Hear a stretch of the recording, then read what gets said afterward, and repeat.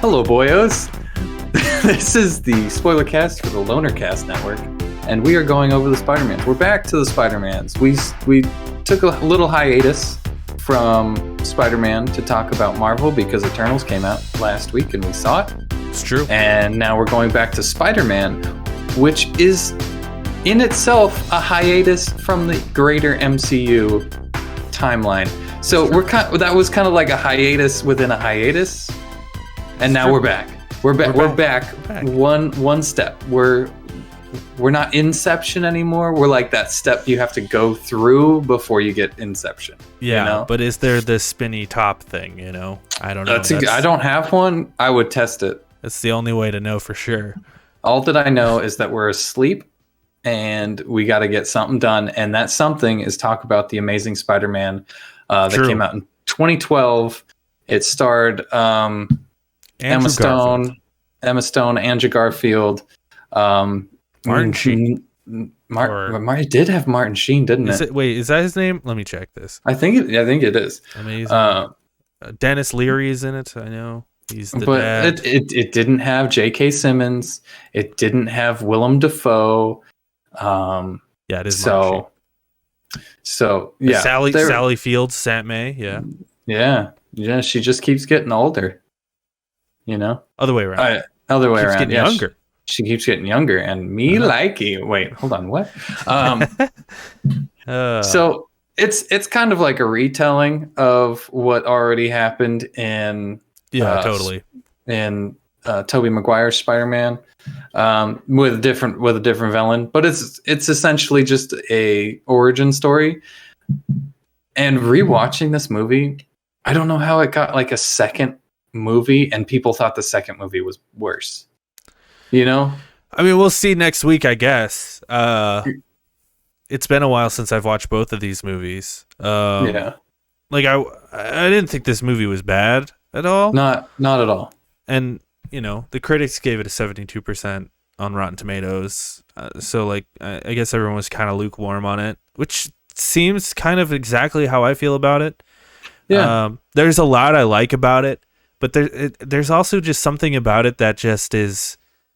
It's like it just feels very slow, and like the pacing is kind of weird, and like it's just sort of like dark for no reason, like sort of gray. Yeah. It's not dark like the Dark Knight is dark. It's just sort of gray. It's drained of color. Yeah, it's drained of color. I think what stands out the most about this film over the originals is the character relationships. Yeah. They feel much more real, much more fleshed out, and it just does a better job with the character relationships than the other ones. But you don't have that like whimsical like I'm neighborhood Spider-Man, everybody. Like it's very. You get some cool shots of web swinging. You get a lot of cool shots of web swinging in this one, and a lot of posing in front of a giant fucking moon. It's just like, yeah, okay, cool, yeah, I get it. I will attribute the nice web swinging though mostly to just like the improvement of CGI from 2007 to 2012. Yeah. I liked it. I liked this movie. Is it the best one? I don't think so. I don't think so. Is it fun? It's fun. There are points where it kind of slogs, and you're just like, man, this is a long movie. I don't remember how long this movie is, but it feels kind of long. There's 2 hours like, 16. It feels long. It just feels long. Yeah. Well, I mean, like 2:16 is not short. It's like not a short movie. Yeah, it just felt like they shoved a lot into this movie. Because they shoved basically the first Spider-Man movie into this, like the original one. Like they basically shoved that into this movie along with like more stuff, like some stuff about like his parents, also Gwen Stacy. But they did take some stuff out, in fairness, like they took off they took out Harry, they took out the Bugle. There's no Harry, there's no Bugle, but like to me those are two like very important things that were like I felt them. and especially in this one too, because they do a much better job at like saying like, yeah, he's a photographer, rather than him just going, exactly, I'm a photographer, you know. And like they do science shit in this one, and it feels like a science shit. It's not like I'm just smart because I'm smart. It's like I'm like above everyone else smart. And with you, dude. I'm totally with you when you say like the characters are so much better, because I agree. It's like this movie nailed the characters, but like Sam Raimi nailed the like the aesthetic, you know? Mm-hmm. So like if we blended these two worlds together and like took Andrew Garfield and Emma Stone as Gwen Stacy and Spider-Man and like threw that into Sam Raimi's Spider-Man, dude, that would be so good. I think we would have like a perfect Spider-Man movie. But it's just like these, there's just like elements of this that I'm like missing, you know, like, I don't know. And it's almost like hard to describe. I don't know. Mainly for me, it's J.K. Simmons not being in there, you know, like he was the best part in the first trilogy, and he's just not in it in this one. I'm like, damn, I wish there was J.K. Simmons. But I'm glad if they didn't get J.K. Simmons to come back for this, I'm glad that they didn't use anybody, because who the fuck can top that, you know? Yeah. And it just felt like there was a lot of like leaps in motive for Peter. There was a lot of like, I was going to get into that. Yeah. What am I trying to say here? Things were just kind of convenient. That's the word I'm looking for. Some things just seemed sort of convenient. Like the fact that, you know, his dad happened to work with the Lizard, and like he happened to, you know, like things just sort of happened because it like furthered the plot along. And, right. You know, instead of it being, you know, I don't know. It's hard to explain. I'll jump in here. That part of the movie it does it injustice, I think, because they go into the backstory of like his parents, and they were working on the Spider-Man serum or whatever, this lizard serum, and they worked it out, but they didn't want anybody to know. I guess they don't really dive into that because there's so many other things. Right. And the main motivation of Peter like actually getting bit, the reason he's like where he is because he's snooping around trying to find answers about his parents. And then he just stops. And then he stops. And it's like, where did the motivation go? Like he just doesn't care anymore, and we never pick it back up again in this movie. And it's just kind of like he just stops. He just stops caring. He's like, I'm Spider-Man now, and I work with the Lizard. I don't care about what happened to my parents anymore. And it's kind of like a disconnect of like, what? Why even tell the first part of the story? You know, I feel like they could have dropped Uncle Ben. I feel like they could have dropped the parents. I feel like they could have dropped a bunch of that early stuff that we've already seen in the Sam Raimi Spider-Man, and like kept the movie 2.5 hours or 2 hours 20 minutes, right? And instead just worked on the relationships a little bit more, worked on what's going on currently. Just plop us in like Harry's working at Lizard Man's thing, you know, and he's going to high school. Like that would have been a perfect place to plop us down, but we had to get backstory. And I think a lot of movies at the time were doing the kind of backstory thing at this time.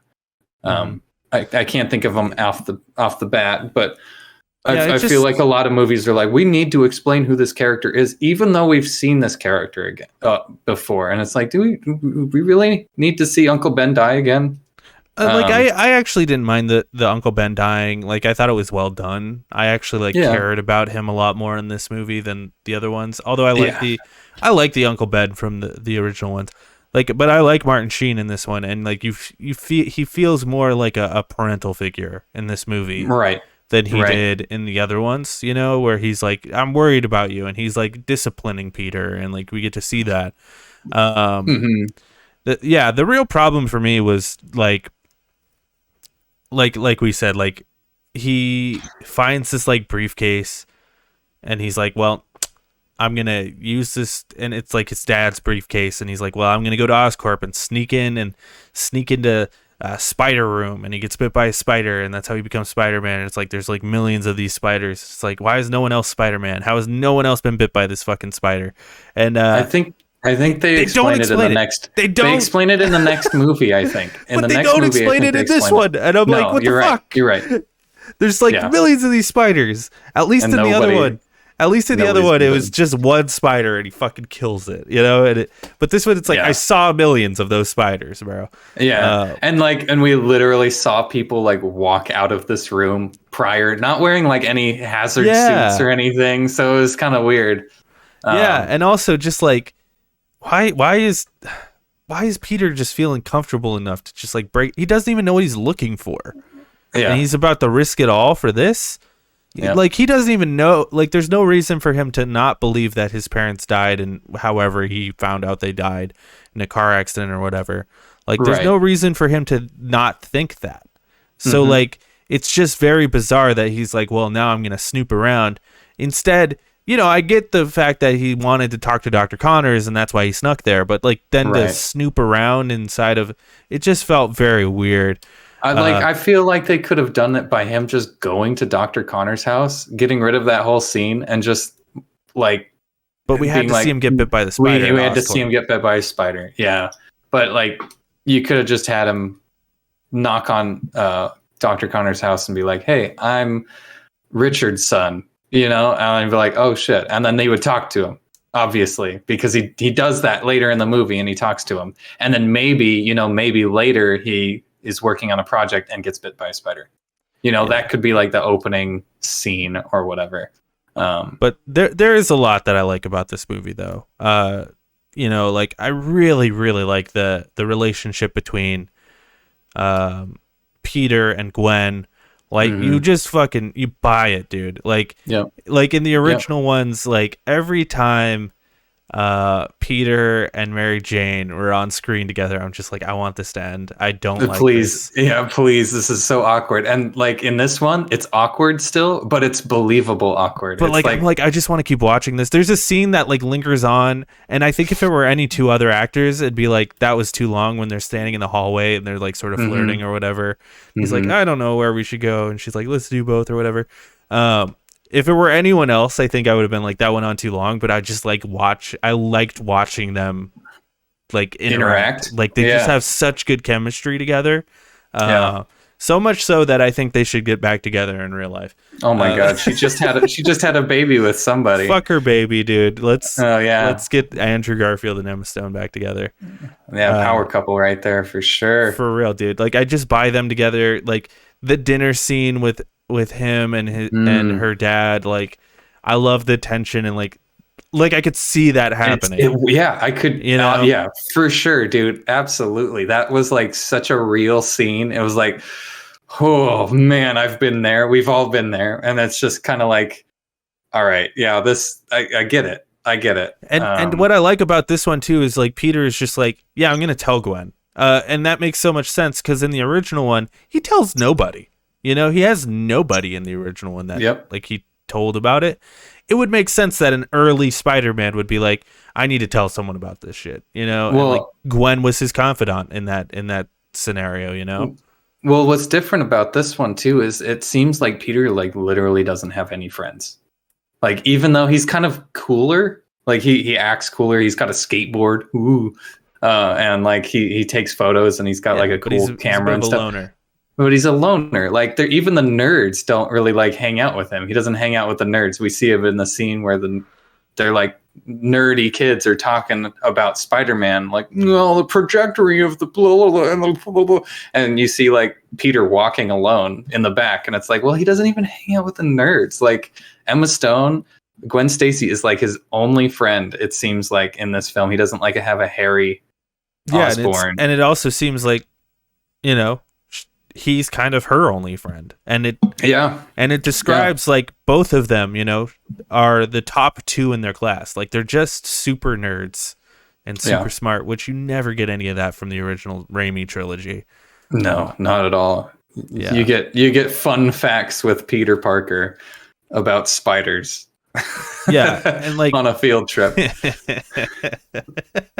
and the acoustics of a theater.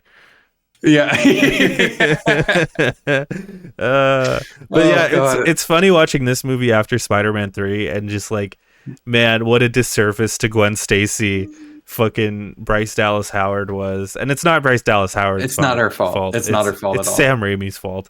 But that movie was just so bad. Everything in it was just so bad. There was nothing they could have done.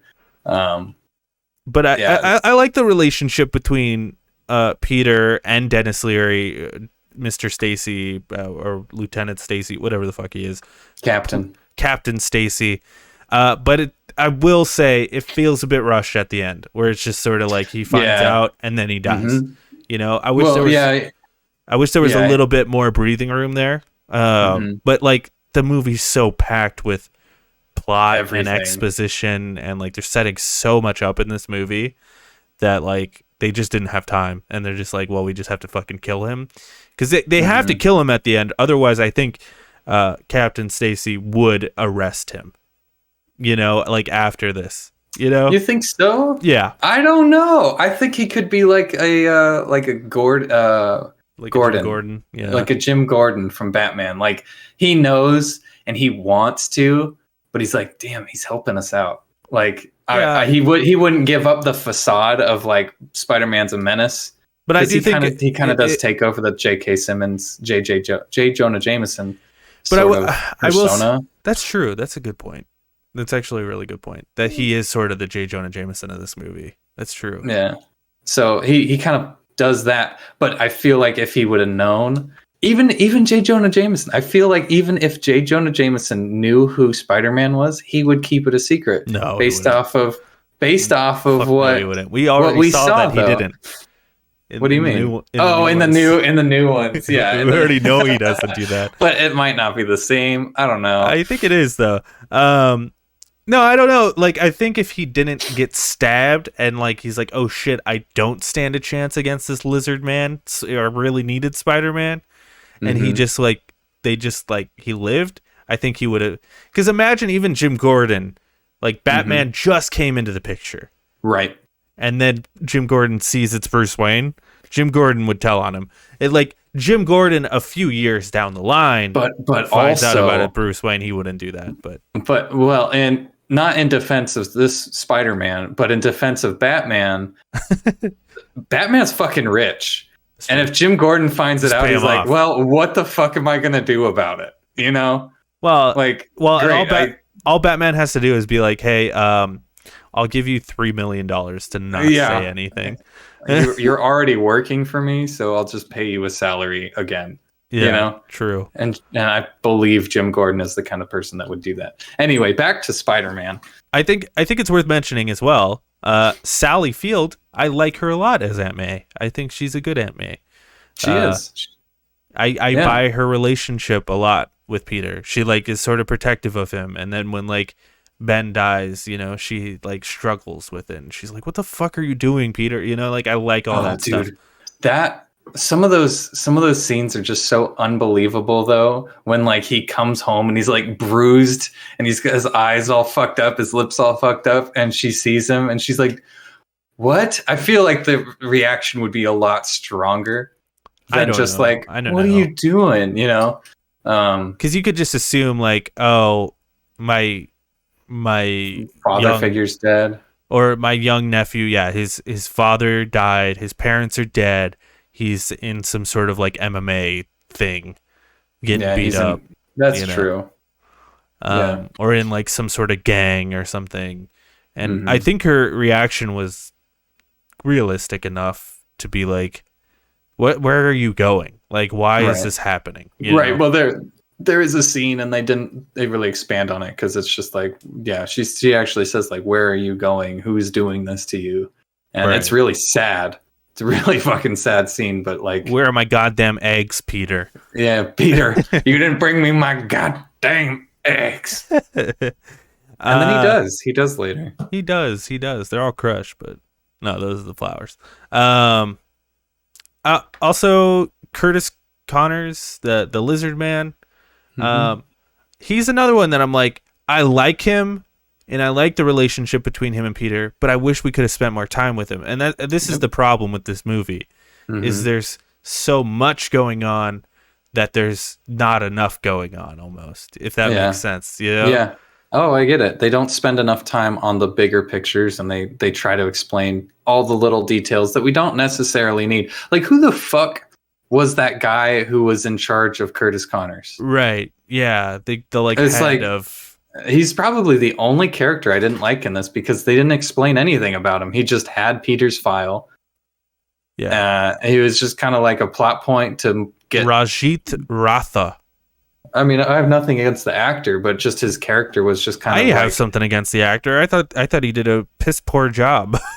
I thought he was horrible. I don't know, because I can't even blame the director for it, because everyone else's performance I thought was really good in this movie. That's true. That is true. Like, yeah, that dude's fucking performance is fucking horrible. Like, I don't know.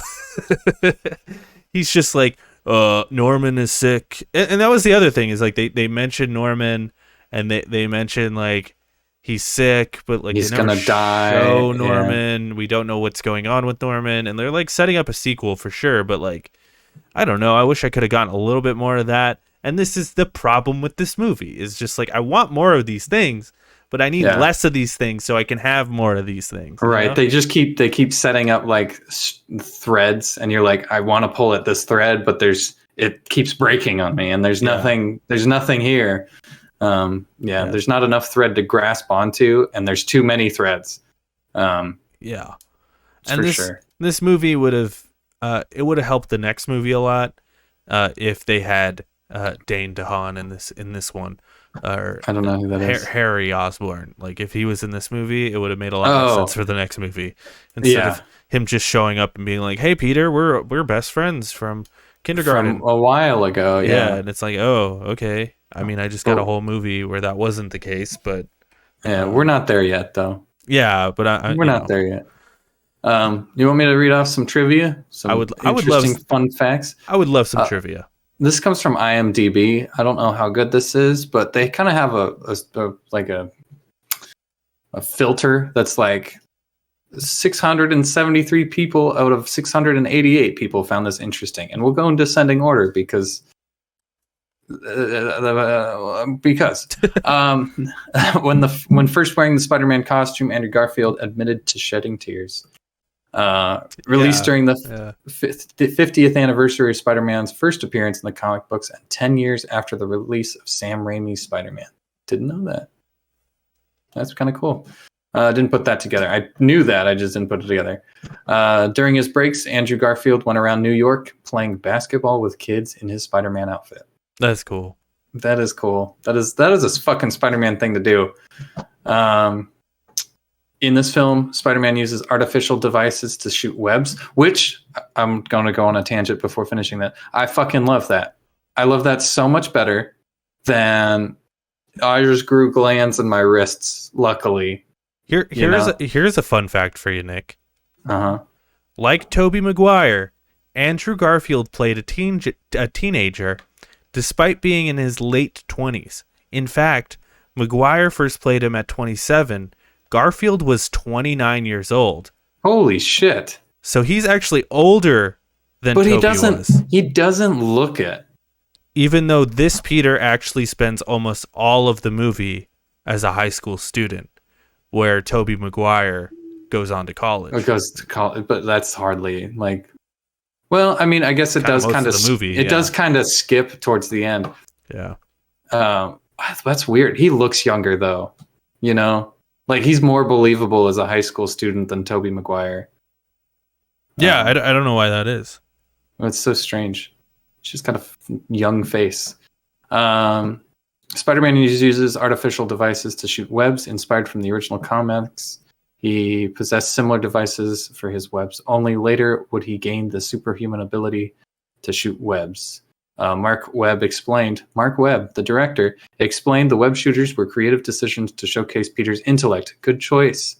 We wanted to emphasize that these are things that Peter Parker made, and that he is special himself, even if he feels like he's an outsider. I enjoy that. Here's a fun fact. Sally Field loathed the movie and sequel. She only took the part as a favor to her friend Laura Ziskin, who helped produce the movie and died of breast cancer after the film finished shooting. The only good thing she had to say about the movie was that she liked working with Andrew Garfield. Wow. Damn. That is a fun fact. Emma Stone and Andrew Garfield began dating during filming. Yeah. Which is probably why their chemistry is so fucking good in this movie. And Emma Stone was 24 in this movie. So she was younger. Fun fact. That's cool, I guess. IMDb fucking sucks for this shit. I'm not going here again. We'll do a different one this time. It's like, oh, some basic ass shit. Like, this actor said this about the movie. It's like this one. All 4 Spider-Man films have filmed on the Universal Studios backlot. Ironically, symbolic of the series itself, portions of the backlot burned down on June 1st, meaning that the first 3 used the old backlot while the reboot uses the new backlot. Who the fuck cares about that shit? That is not interesting. I'm sorry, IMDb. Many fans were vocally upset that Uncle Ben never says, "With great power comes great responsibility." In truth, the only place Uncle Ben said those exact words was in the 2002 film. Mm-hmm. Not in the original comics. Nope. I know that. Well, that's just a fun fact. Yeah. Here's a fucking fun fact, I guess. At one point in the film, Peter is wearing a Ramones t-shirt. The Ramones recorded a notable cover of the theme from Spider-Man, 1967. Wow. Wow. That's a fun fact. Oh, here you go. Here we go. Irfan Khan. That's the guy who played the guy that we don't like, right? Yeah. That's what you said his name was? Like the... Rhys Ifans? Oh. I think that's the character. Irfan Khan said he was uninterested in the project at first, but that his sons were excited about it and insisted he take the role. No wonder his heart wasn't in it. He just didn't give a shit. He fucking phoned it in. One of the worst performances I've ever seen. I hope he's not in the second one. I don't remember. I don't think he is. I think it turns to I want to say Felicia Day, but I don't know if that's true, as like Harry's assistant. Right? Felicia Day's in the second one. She's like Felicia from the Black Widow, or supposed to be Black Widow or whatever. I don't remember. Emma Stone was been a long time. Emma Stone was originally considered to be in 21 Jump Street, but dropped out to work in this film instead. Her role was given to Brie Larson. Good call. Yeah, I liked. It worked. It worked so much better. Yeah, even though these movies aren't like fondly remembered, I do think like the 2 things that I think everyone is like, this was good about these movies are Emma Stone and Andrew Garfield. Mm-hmm. I don't think anyone hates on them for these movies. It's not like Twilight where like Kristen Stewart and Robert Pattinson kind of had to rehab their fucking careers after that. No, like everyone was like, these guys are good, you know? Yeah. At least in my experience. I don't know. Maybe I'm wrong. Yeah, I agree. I 100% agree. That's pretty much it. I don't really want to go. Should we rank these bad boys? Too much into this. Let's rank these bad boys. Let me close that down and share. Oh, your voice is horrible. Oh, I'm back. Oh, you're back. Baby. What the hell? Back. Oh, my God. The USB I have my mic hooked up to, the one of 2 USBs I have, one being this fucking camera, the other being my mic, is messed up. One of them is messed up. So, you know, I'm either going to have some visual glitches or I'm going to have some fucking audio glitches. Dude, I'm living the high life. I've got 3 USBs and a USB-C. Well, I have this thing, but it doesn't fucking work. Yeah. So it's a USB bus. You gotta have power for it. Yeah, it's shit. I'm trying to figure out how to share my screen. It's in Discord. Of course, it's in Discord. You got this. Here we go. Here we go. Watch the Boom. stream. Okay. Increase the size to 300. Okay. At number 1, we've got Spider-Man 2. At number 2, we've got Spider-Man 2002. And at number 3, we've got Spider-Man 3. I'll ask you, Nick. Where do you want to put this? I know where I want to put it. What do you think? Oh, can we like count down, and we'll just say a number of? Well, where I'm we just think like I'm not sure. I'm kind of in a toss up right now. Are you? I kind of am. Yeah. Well, I was thinking. Oh shit! What the fuck? Hello. Hold on. Technical difficulties. What the fuck? Hold on. Let's just fucking pop this up, bad boy. Way open. There you go. How does that look? That better? That's fine. I was thinking right here. Yeah. I see. I was torn, but either there or below Spider-Man. You know, I knew that was going to happen, but I did not like Spider. I thought it was good and it was cringy, but it was just the characters. So funny and like the characters just ruin that movie. Yeah, but it just does I just feel like it does the origin better than this one does. But I'll stand with you. It's fine. Yeah. But Spider-Man 2 is obviously better. Yeah, since I'm torn anyway, we'll put it at if that's where you want to put it. That's cool. All right, I'm into it. Amazion Spider-Man. I'm so curious what we're gonna think of Amazing Spider-Man 2 because I remember liking it, but I'm so scared that I'm gonna dislike this movie on further rewatch. I know. I really enjoyed the original, or not I really enjoyed the second one a whole lot. I saw it like twice in theaters. That's how much I liked it, but I haven't watched it since then. You know, right? So, I know I liked it a lot. I think Harry is the weakest part of it, like the whole Harry Osborn part. I think he does a great job playing that character. I just think it's not like shown off enough. Kind of like in the third Spider-Man, where it's just like Harry Osborn just turns into the fucking Green Goblin, and then he like has a change of heart, and it's like it's so weird. It's weird. So I'm hoping I like this one. That's the next one we're watching, by the way. Next week we will be watching The Amazing Spider-Man 2, and we will be giving our full discussion and thoughts and fun facts about the movie. So I wanted to ask you, Nick. So after Amazing Spider-Man 2, do we watch Homecoming? Or do we watch Civil War? You want to put Civil War into this? Because this has nothing to do with our list here. I don't think it would go in the Spider-Man rankings. There's no way it could go in the Spider-Man But it is the rankings. first time that we see that Spider-Man show up in the MCU, you know? So, and we do have the weeks. We have the time.